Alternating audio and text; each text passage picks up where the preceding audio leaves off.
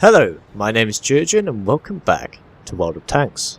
We're in the WZ-111-1-4, a Tier 9 Chinese, nearly said Japanese, Tier 9 Chinese heavy tank.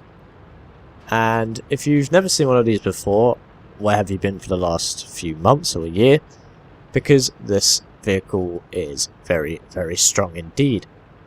Slowing it down, we can take a look at its characteristics. From the front, it is very, very much influenced by Soviet vehicles in terms of the pike nose arrangement. It isn't as prominent as on the IS-8 or the IS-7, which is the Tier 9 and Tier 10 Soviet heavy tanks, or two of them at least. And that means if you angle the armour, you can get away with it more, because it isn't as pronounced, but it will still make one side weaker than the other side. The turret armor is fantastic in terms of this section, right at the front, including the mantle, and this is around 230mm thick, and it's well sloped and nicely angled. The sides are also quite thick. The rear is thin, of course, it's the back of the turret. No one expects the turret at the back to be thick. The side armor is, I believe, 80mm. However, it does have this nice spaced armor on the sides here, which adds 30mm of spaced armor. So it's a grand total of 110, but there is a gap in between, which means you may be able to absorb heat rounds. The rear, however, is quite thin. From the front, the lower plate is very bad. It's only 80mm thick and it's poorly angled. Anything that you encounter will penetrate you from the lower plate. Hide your lower plate at all costs. The cupolas on top of the turret are also quite weak. Anyhow, we're on Karelia. It's a standard game. We spawn from the northeast and we go down the heavy tank area and we've been spotted. There's likely some vehicles down there that we have to encounter. Oh, we take a shot at the Leopard, but it bounces off the very, very, very well angled turret, even though it is quite thin. Now, we're not going around that corner because we would get completely destroyed. And there's two bounces. And there's a lot more to come, let me assure you. Going out there would be suicide against 6 or 7 enemy vehicles. We are tracked in place, but we're angled very well. However, a shot does go through here. So, even though we're angled quite well, the front armor is taking some damage. We are against Tier 9 and 10 weapons here, which is to be expected.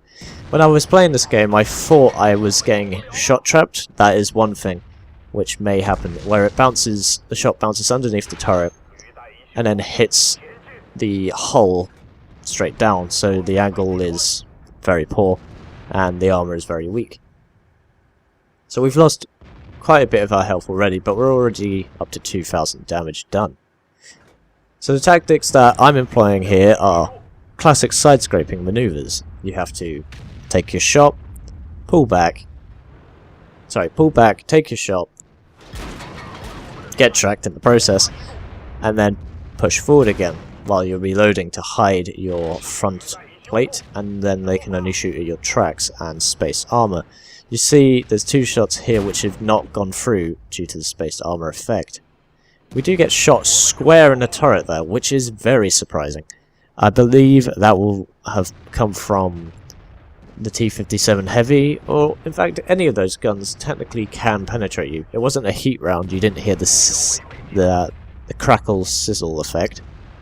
So we're kind of stuck here. I'm glad that my team have pushed up to this location, so some of the fire is getting absorbed.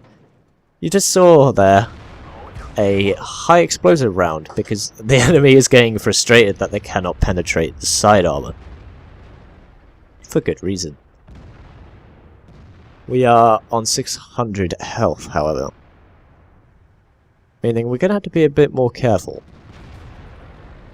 So I wait for some of the shots to be fired. See a T-57. Unfortunately, he hits his upper plate and it's quite well angled. The surprising thing is we weren't spotted until we moved around the corner again.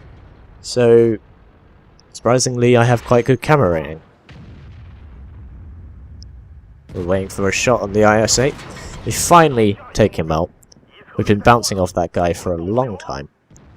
And we're now reloading again.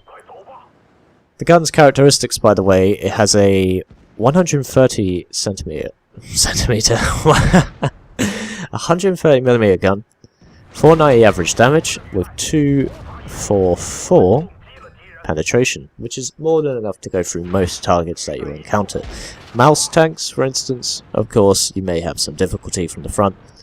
However, you can load some heat rounds with 340 penetration with the same average damage.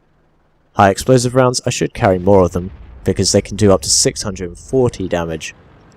And if you're encountering Waffenträger E100s, then that will do very nicely indeed, because of the thin armor of Waffenträgers in general. So we've been exchanging quite a lot of fire, up to 3,500 damage, and now the shooting is getting quite hard. We're trying to fire at very well angled targets, and there's a lot of cover from enemy wrecks down there.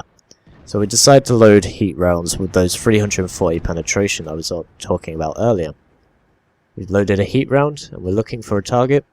M103, ST1. The shot flies true and goes straight through the armor, even though it's quite thick on the ST1 and is angled.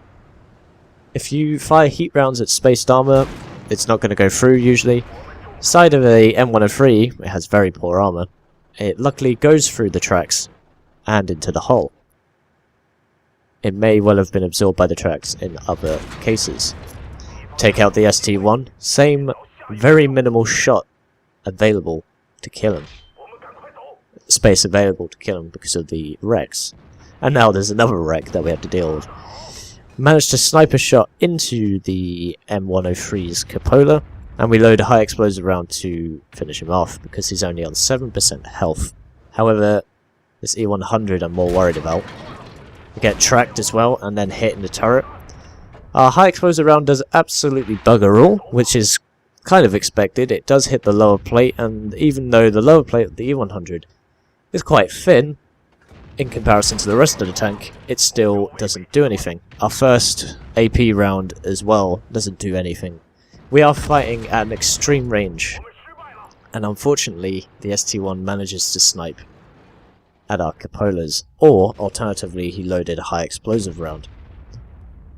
And as I say in the chat, that was pretty intense. 5,500 damage done, and we blocked a huge amount of shells and therefore damage. We'll just see how the enemy team tries to react to our team surrounding them for the remainder of this replay. RE75 seems quite displeased with the fact these T62s have just been in the northwestern side of the map for quite a long time. Our AMX 50B's got behind the enemy. However, as you can see, there's 1, 2, 3, 4, 5, 6 enemy wrecks here. Nice parallel line. So it's quite hard to get the shooting. Sorry, it's quite hard to get accurate shots on the enemies. E100's backing out though. I believe this 50B must be reloading. As you know, 50Bs, or if you don't know, 50Bs have autoloaders, as many French tanks do. 4 shots in that case. This T62 fires a heat round at the front of a AT-15, and the AT-15 has quite good armor against tier 6 and tier 7, and some tier 8s, but heat rounds are so unnecessary against that if you're in a T-62A with 258 penetration, or 264 penetration. It's very unnecessary. but the game is won. Let's take a look at the post-game stats. So, a very nice game indeed. A Mastery Badge, 2 marks of excellence on the vehicle, which is very, very nice to see. We gained 72,000 credits, 4,000 experience. First one of the day times 2 experience, of course. You can see we spotted several vehicles, did damage to several vehicles, and we only killed 3 vehicles. We did a little bit of assistance damage as well. The team score we'll do very quickly. We came top on experience, top on damage. This ST1 played a very, very nice game. 6,000 damage, 4 kills, and he got almost as much experience as me for losing. So, very well played to you, Napitan in the ST1. Detail report, the most important screen today. 22 shots fired, 20 hits, only 11 penetrations. It was at distance, and the enemies were quite well angled. We did 5,500 damage, but here is the most important. 32 hits were received, 7 penetrations. Unfortunately, we did go down, but 25 hits with non-penetrations from very high-tier guns, and we therefore blocked 10,000 damage, 10,020 damage if you want to be more precise, than in the WZ. Phenomenal amount of damage blocked, if I do say so myself. A very surprising result for the WZ. Anyhow, I hope you guys enjoyed the replay. It was a very intense match. If you did enjoy the video, please leave a like down below and perhaps a comment. I want to hear what you think of the WZ, as well as other tier 9 vehicles. Tier 9 heavies, to be precise. If you haven't subscribed, please consider it. It would make my day if you did. And I'll see you chaps and chapettes in the next one.